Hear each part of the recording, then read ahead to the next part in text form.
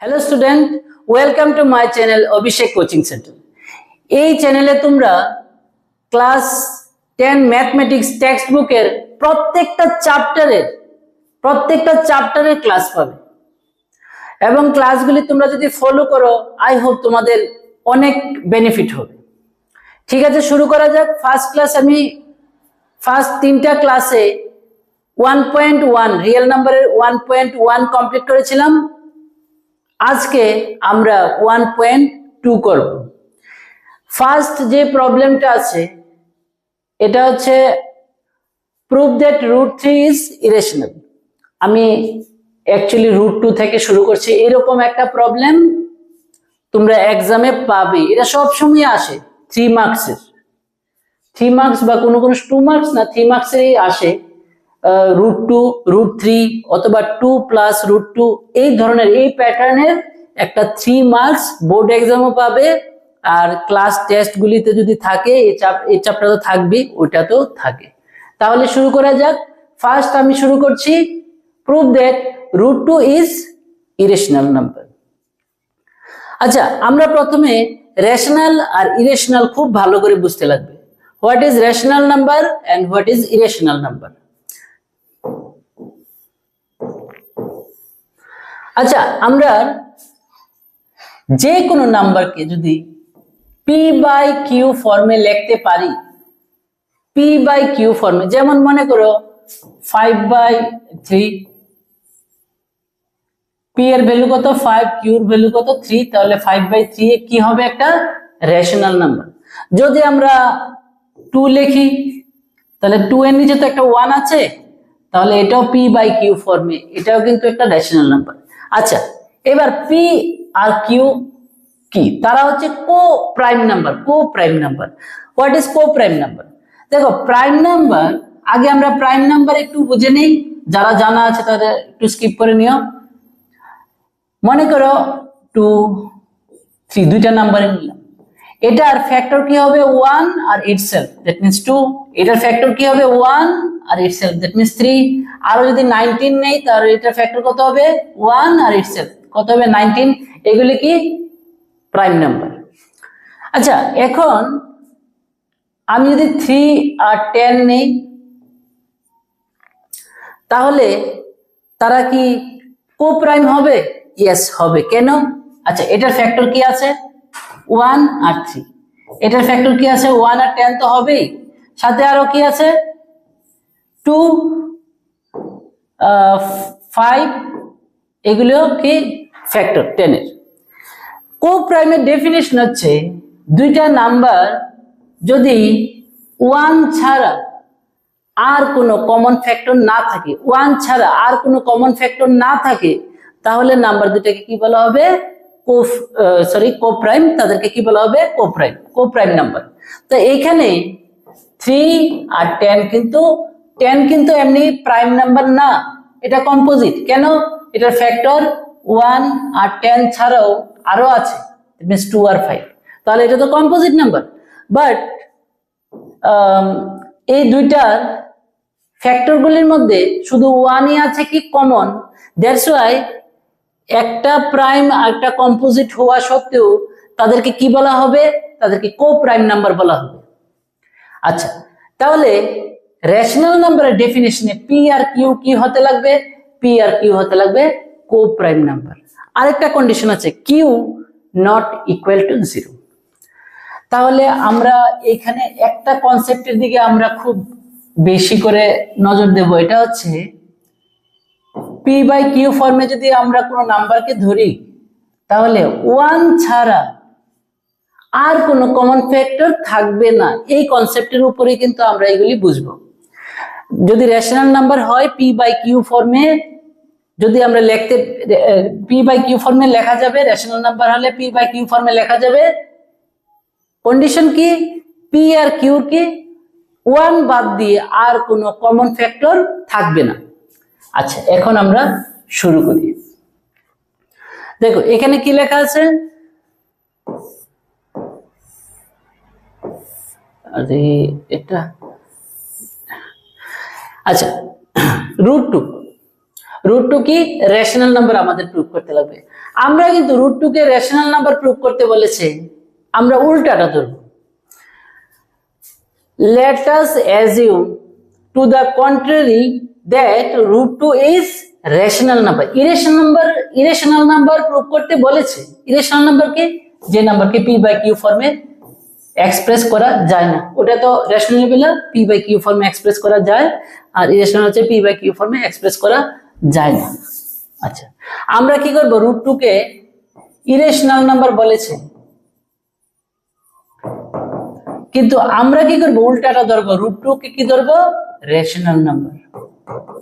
Rational number ধরে আমরা, তো রেশনাল নাম্বার ধরলে তাহলে রুট 2 কে p by q ফর্মে লিখতে পারি। রুট 2 ইকুয়াল টু কি লিখতে পারবো, রুট 2 কে কি ধরলাম, রেশনাল নাম্বার, তাহলে রুট 2 কে p by q ফর্মে লেখা যাবে। এরপরে কি করব, আচ্ছা আমরা প্ল্যানিং কি জানো, p আর q তো কো প্রাইম ধরেছি, ঠিক না, p by q, root 2 equal to p by q, where p and q are co-prime number and q not equal to 0. আমরা প্রুভ করতে চেষ্টা করব p আর q 1 বাদ দিও আরেকটা কমন ফ্যাক্টর আছে, আমরা এটা প্রুভ করব। দেখো কিভাবে করতে লাগবে, এটা স্কোয়ারিং করব, তাহলে এখানে 2 হবে, আর এখানে কি হবে, p square by q square. Cross multiply করলে এখানে নিচে কত আছে, 1, 1 দিয়ে p স্কয়ার কে ইনটু করলে p square equal to 2q square. আচ্ছা, 2q square is divisible by 2, that is p square is divisible by 2, that is p divisible by 2। তাহলে আমরা কিন্তু p কে 2 দিয়ে ডিভাইড করা যায়, আমরা পেয়ে গেলাম p কে 2 দিয়ে ডিভাইড করা যায়।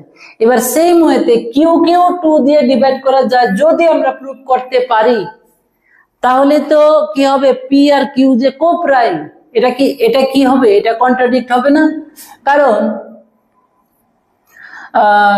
দেখো আমরা তো বলেছিলাম কো প্রাইম মানে কি 1 বাদ দিয়ে আর কোনো কমন ফ্যাক্টর থাকবে না।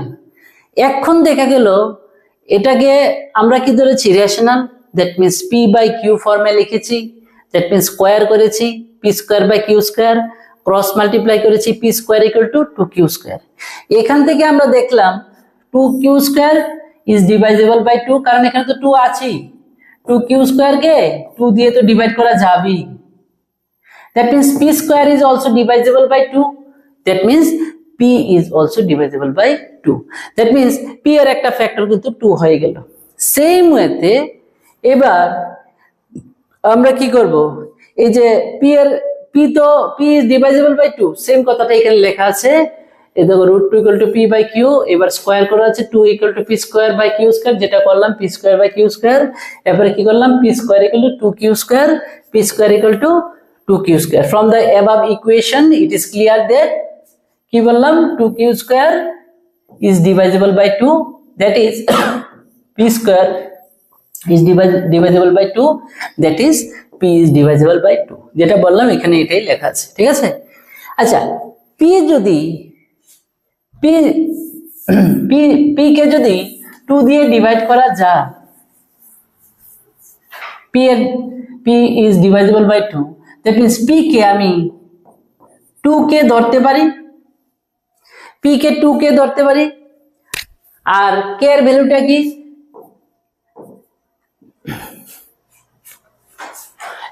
আচ্ছা এখানে আমরা যেহেতু p কে 2 দিয়ে ডিভাইড করা যায়, p ডিভাইজেবল বাই 2, p কে আমরা কি ধরবো, 2 কে ধরবো, k যে কোনো একটা ইন্টিজার, ঠিক আছে, এখানে লেখা নেই, এটা একটু লিখে নিও।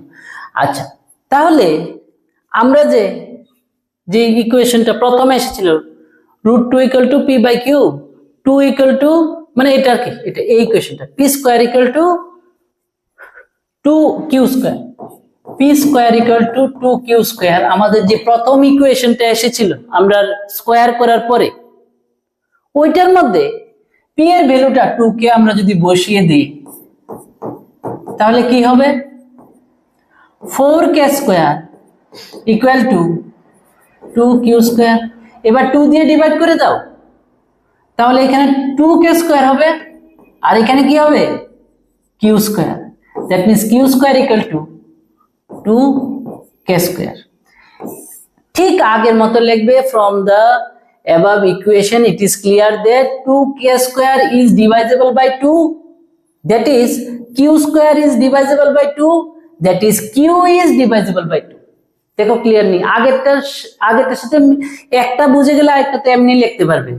এখানে from the above equation it is clear that 2k square is divisible by 2, that means q square is divisible by 2, that means q is divisible by 2। একটু আগে বলেছিলাম p is divisible by 2, এখন বললাম কি q is divisible by 2। এর মানে কি হলো, p আর q এর একটা কমন ফ্যাক্টর আছে 2। এরপরে আমরা কি লিখব, এটা লেখার পরে এটা তো হয়ে গেছে, সো বোথ p and দুইবার বোথ হয়ে গেছে, ঠিক আছে, এটা একটু মিস্টেক হয়ে গেছে এখানে। So both p and q are divisible by 2, therefore p and q have a common factor 2, ঠিক আছে না, other than 1।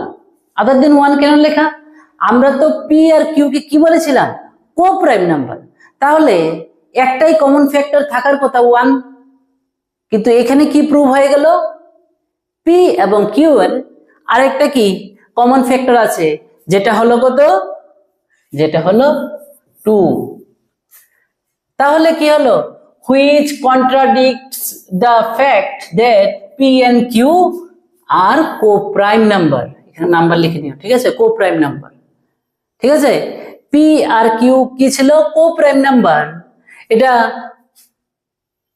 ছিল কি একটাই কমন ফ্যাক্টর থাকবে, এখন দেখা গেল আরেকটা কমন ফ্যাক্টর আছে 2, দ্যাট মিন্স এটা কি করলো, কন্ট্রাডিক্ট মানে কি এটার অপোজ করা, কি বিরোধিতা করে।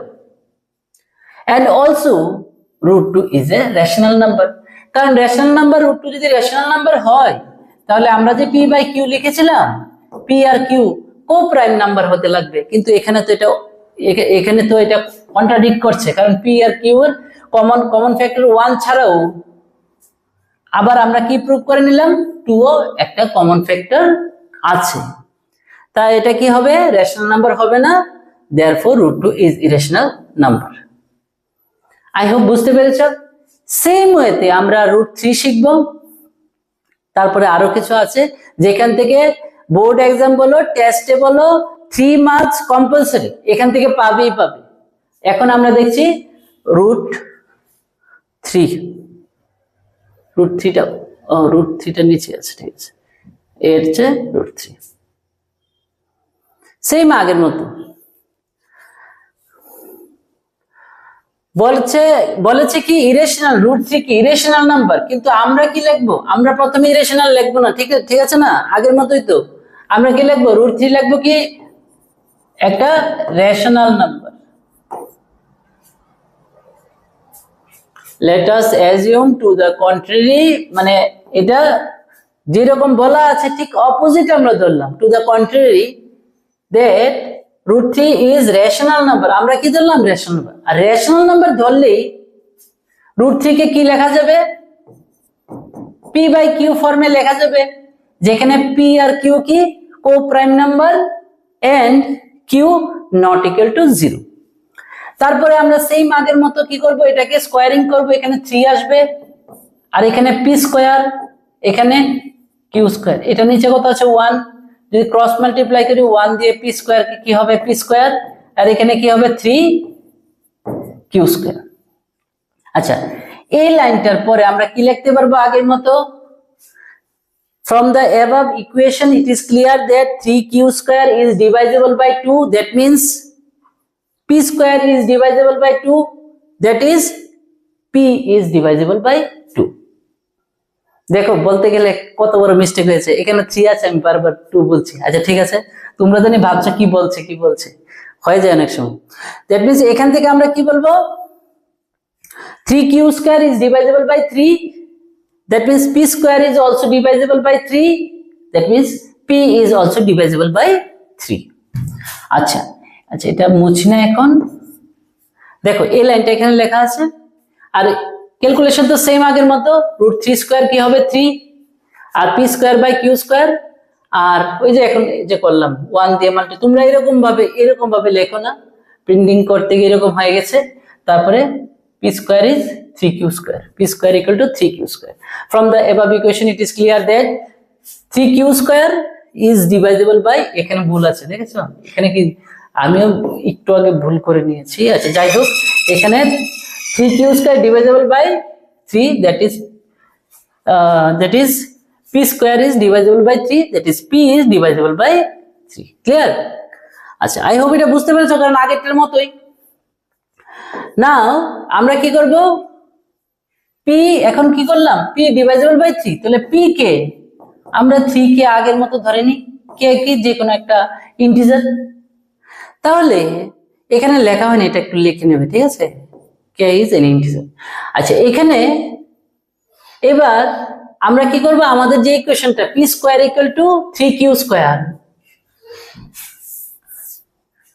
p square equal two 3q square, এটার মধ্যে p কে আমরা কত ধরলাম, 3 কে, কারণ এখানে আমরা কি প্রুভ করেছি, p ইজ ডিভাইজেবল বাই 3, তাহলে p কে আমরা কি ধরলাম, 3 কে।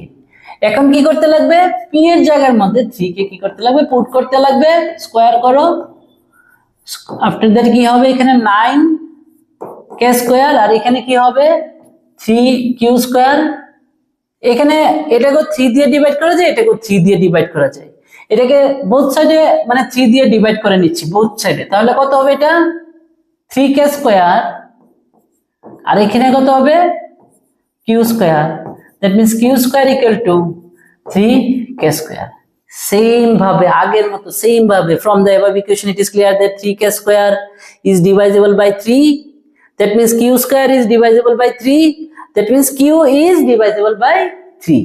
কি হলো তাহলে, p is divisible by 3 and q is also divisible by 3, তাহলে আমরা কি বলতে পারি, p আর q এর একটা কমন ফ্যাক্টর আছে, কত, 3। দেখো আগের মতো এখানে q, এটা from the above equation it is clear that 3k square is divisible by 3, that is q square is divisible by 3, that is q is divisible by 3, so p and q have a common factor 3 other than 1.